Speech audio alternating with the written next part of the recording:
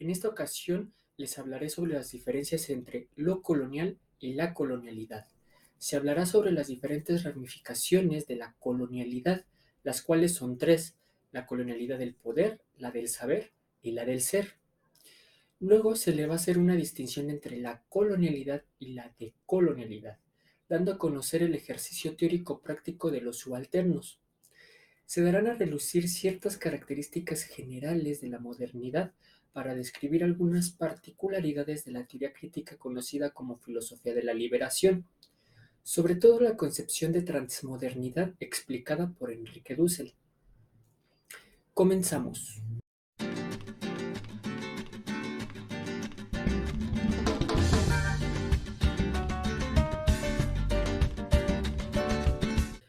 La primera distinción teórica es entre lo colonial y la colonialidad. Lo colonial hace referencia a aquellos procesos históricos sociales que tuvieron lugar en la época de la colonia, es decir, durante los 3 siglos de dominio ibérico en Abya Yala. Ciertamente ha habido independencias por todo el largo y ancho del continente.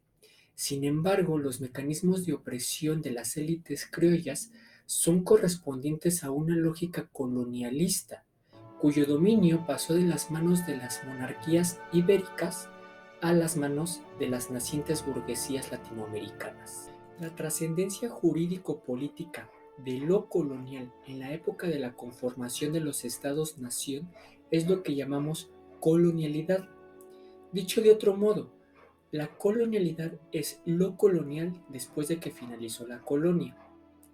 Ahora veamos qué tipos de colonialidad operan en las naciones consideradas subdesarrolladas. Como ya mencioné, son tres. La primera es la colonialidad del poder, teorizada principalmente por Aníbal Quijano. Este autor menciona que el racismo es determinante en el sistema mundo moderno capitalista, pues es la blanquitud eurocéntrica la que crea y toma el poder del sistema colonialista. El racismo es la trascendencia cultural del sistema de castas de la colonia, pues el evolucionismo positivista del darwinismo social es una noción del siglo XIX. El concepto racismo es propio de la época independentista. En la colonia se tenía una concepción de castas, que sería el equivalente a la raza del siglo XIX. Dice Quijano que la colonialidad es la dominación del poder que funciona de acuerdo a la jerarquización del trabajo a través de la dominación y la explotación. Ligada a la colonialidad del poder obtenida por la fuerza del trabajo realizada en las nacientes naciones latinoamericanas está la colonialidad del saber, la cual se legitima a través de un discurso eurocéntrico de lo civilizado como lo masculino, lo blanco, lo europeo, lo norteamericano, una hegemonía centralizada y jerarquizada. Según como lo ilustra Mignolo, el hemisferio occidental pasa a ser solamente lo correspondiente al Atlántico Norte. Lo latinoamericano pasa a ser otro tipo de identidad, otra civilización, según lo mapea Huntington después de la Guerra Fría. El sistema mundo moderno de Occidente está conformado por un norte global y un sur global, y dentro del norte global también hay una división entre el occidente y el oriente, entre Europa y Asia. Según Hegel, el oriente es lo primitivo y el occidente es lo civilizado, pero no podemos creerle a Hegel, porque la subalternidad también tiene sus formas. Las nacionalidades y pueblos indígenas de Atayala también son gentes de ciencia, de política, de artes, de filosofía, de pedagogía, son gentes modernas, son civilizaciones. Situarnos en cada una de las distintas formas de existir es escuchar y registrar su historia oral. Una decolonialidad del saber debe apostar por el reconocimiento de los saberes de todos. Debe velar por que los avances científicos e intelectuales estén a cargo de gente subalterna, que los propios indígenas, por ejemplo, sean los estudiosos de su propia comunidad. La tercera colonialidad es la del ser. Este tipo de dominación es referente al ámbito ontológico del imaginario colectivo. En la colonia se reguló este tipo de dominio con las órdenes religiosas provenientes de la península, es decir, con la evangelización católica. En México hubo una guerra cristera que separó a la Iglesia del Estado, pero en Colombia, por ejemplo, no hubo tal separación. En los estados nacionales se queda la ritualidad católica cristiana, aunque sabemos que esta cada vez está perdiendo más fuerza. Sin embargo, las élites independentistas y contemporáneas de Latinoamérica siguen ejerciendo la colonialidad del ser como una dominación pilar de su sistema mundo mercantilista. Aunque el poder predominante ya no sea el eclesiástico, el monopolio de los medios de comunicación se encarga de internalizar los discursos hegemónicos occidentales en el imaginario colectivo.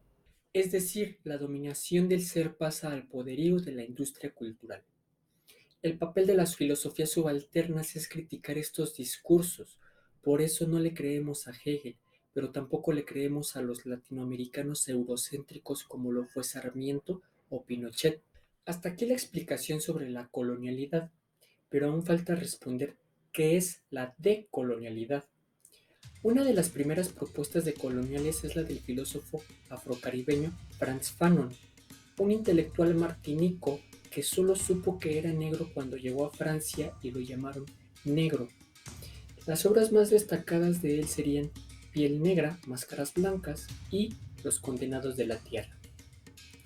Otro autor también proveniente de las Antillas caribeñas es Aimé Césaire, quien planteó una teoría de la negritud, criticando la blanquitud colonial de Europa y Estados Unidos. Pero bueno, el abordaje de cada uno de estos autores puede ocupar un video para cada uno. Por lo mientras, preguntémonos qué se necesita para descolonizar nuestro territorio. Lo primero sería identificar las dinámicas de dominación, es decir, preguntarnos qué de lo que hacen o dicen los sujetos políticos está basado en un discurso universalista, occidentalizado, misógino y racializado. Es fácil identificarlos porque son aplicados cuando el dominador quiere preservar algún privilegio, cualquiera que éste sea, lo que significa que hay otro tanto de personas que no son privilegiadas y que la vida les cuesta mucho más por el solo hecho de ser subalternos. No importa que su subalternidad esté dada por lógicas raciales, por jerarquías de género, por desigualdad de clase o por desigualdad de origen étnico. Es decir, hay patrones de dominación que operan para todos los subalternos, quienes conformamos el 99% de la población, unos más privilegiados que otros, pero todos subalternos por algún motivo.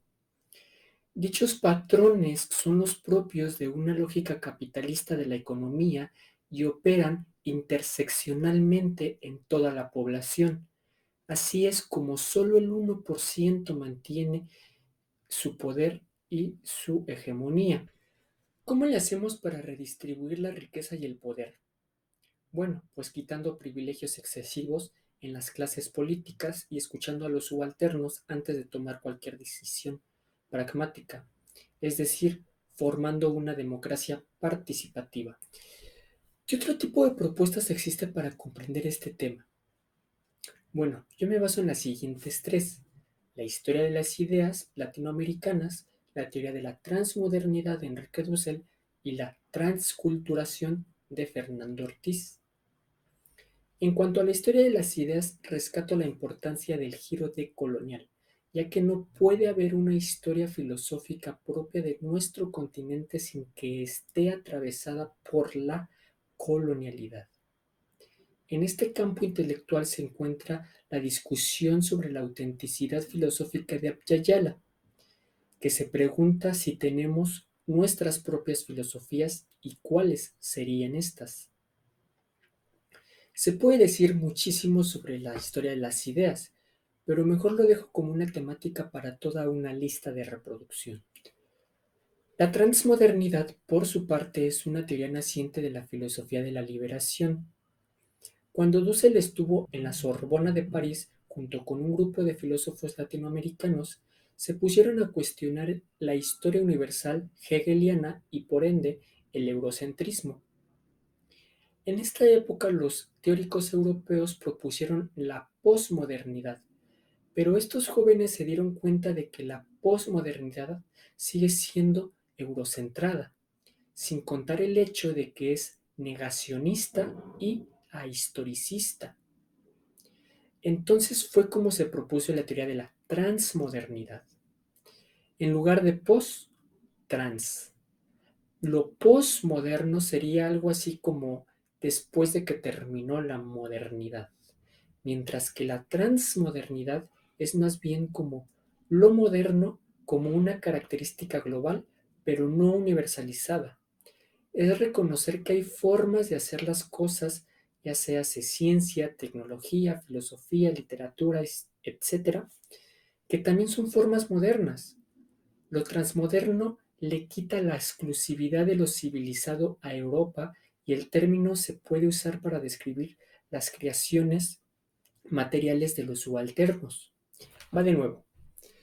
Lo transmoderno es trascender más allá de lo moderno occidental. Es dejar de creer que existe una exclusividad y que solo cierta geografía centralizada como lo es Europa tiene los componentes de la modernidad y la civilización. El espíritu absoluto es una falacia hegeliana, pues occidental no es sinónimo de civilizado.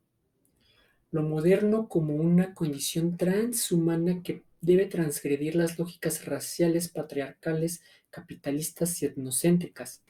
¿Necesitamos una descolonización? Pues sí, definitivamente. Y requerimos de una descolonización del ser, una del saber y otra del poder. ¿Es todo o es nada? ¿Hay propuestas alternativas diferentes al capitalismo colonialista imperante de nuestra época? Pues sí, las hay, y son muchísimos trabajos que se encuentran clasificatoriamente como estudios subalternos, estudios de género, estudios desde abajo, historia social, historia cultural, etcétera. Son temáticas enteras que se pueden discutir después. Por cierto, mencioné que otra teorización en la que me apoyo es la transculturación. No les diré mucho sobre ella ahorita porque estaré sacando un video específico donde se hable sobre las diferencias entre la raza cósmica de José Vasconcelos y la transculturación de Fernando Ortiz. Esto se me ocurrió porque en un comentario me dijeron que si no conocía el mestizaje o por qué no había mencionado que la hispanidad nos unifica. Bueno, mi respuesta sería que pues sí, conozco el mestizaje obviamente, pero no me adscribo a él, y mucho menos en la concepción clásica del Estado. Fernando Ortiz es un cubano que critica el pensamiento de José Vasconcelos y él propone más bien la transculturación como una contrarrespuesta al pensamiento eurocentrado del mestizaje criollo.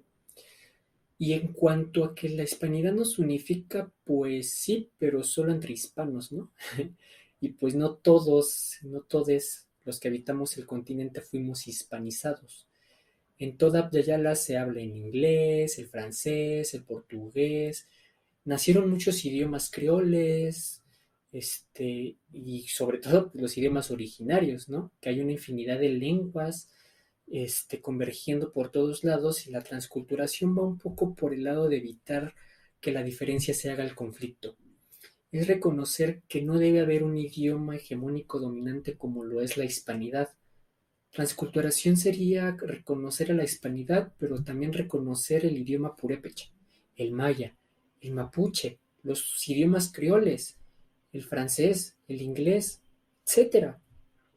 En términos transmodernos sería el reconocimiento de todos estos lenguajes como idiomas modernos, porque luego hasta se hace esta diferenciación entre lenguas modernas provenientes de los países dominantes, inglés, francés, etcétera, y lenguas indígenas, ¿no? Como que estas lenguas indígenas no son modernas, pero si los idiomas originarios siguen hablándose y recreándose hasta el día de hoy, entonces también pueden ser considerados idiomas modernos, porque la modernidad no es exclusiva.